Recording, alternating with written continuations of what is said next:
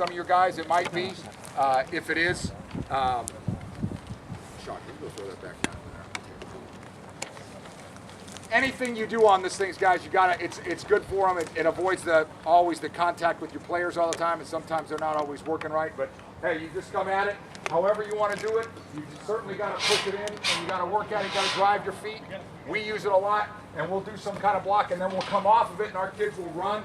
They do have to step over this board. It often amazes me how many times we don't fall down when we use that. When you're using these sleds, all of you know this, you get one guy over there that can really block on that end, a kid who can't block on this end, and you just run in circles, it doesn't go. So try to even that out. And these things can really be beat to hell with. You know, you can do that. The one thing that isn't good about these when you're teaching technique is that sometimes kids can raise up. That's why we have a couple of other things here that we use with them. Any of the drills you're using where you're contacting these things, you can use them straight up with no pad with a kid.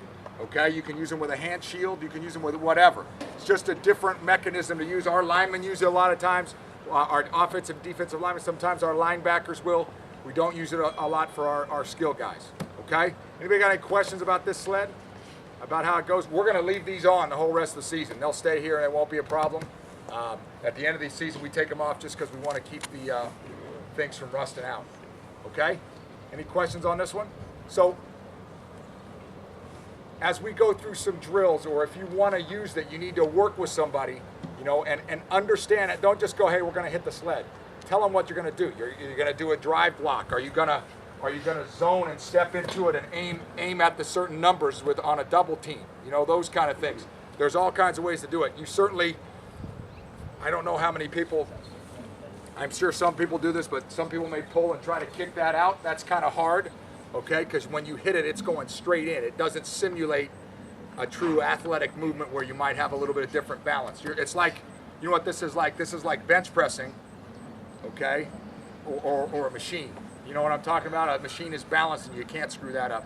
You could on this. So just don't, whatever drill you do to use this, make sure it's safe with the kids, okay? And that one pushes straight in. You got to work at it as a group to roll it out of there, okay? And we'll start on one end and the guys will block it all the way down to the other and back, okay? Some schools, we don't do this. Some schools I know will line up on this and run their plays, okay? And walk the lineman out of there, okay? That's something you could do. We have enough space in it for sure, okay? Any questions on this one? Okay. All right, let's go over to this one here.